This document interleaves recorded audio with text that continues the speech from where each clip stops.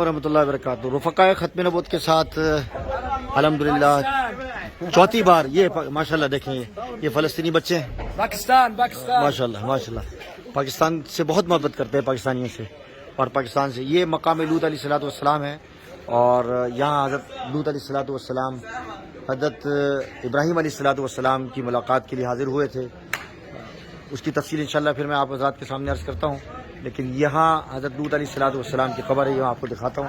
رفقائے ختم نبوت موجود ہیں، دیکھیں آپ ماشاءاللہ۔ آئیے میں آپ کو دکھاتا ہوں، آئیے چلیں چلیں اندر چلیں۔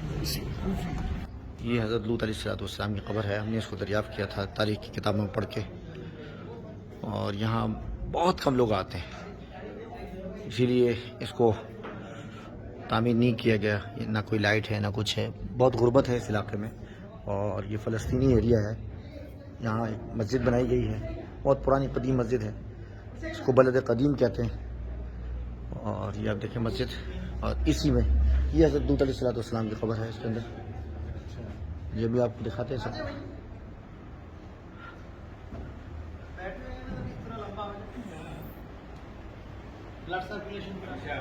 دیکھیں ماشاءاللہ یہ کام بھی ہو رہا ہے، یہاں مسجد ہے، مسجد لوط بتاتے ہیں آپ۔ اور ماشاءاللہ ڈاکٹر صاحب دیکھیں ماشاءاللہ سب تھک گئے ہیں۔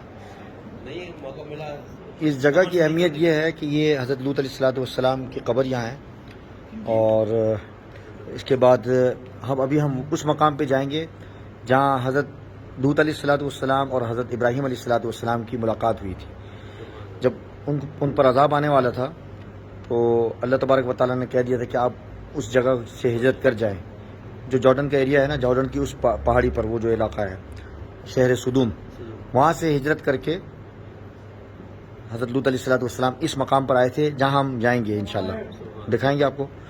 تو اس کے بعد پھر یہاں انتقال ہوا اس علاقے میں، یہ بنو نعیم کا علاقہ ہے، راستے میں آپ کو دکھایا تھا، اور بنو نعیم کے علاقے میں یہ علاقہ مسجد لوط علیہ السلام، یہاں ان کی قبر ہے، ٹھیک ہے۔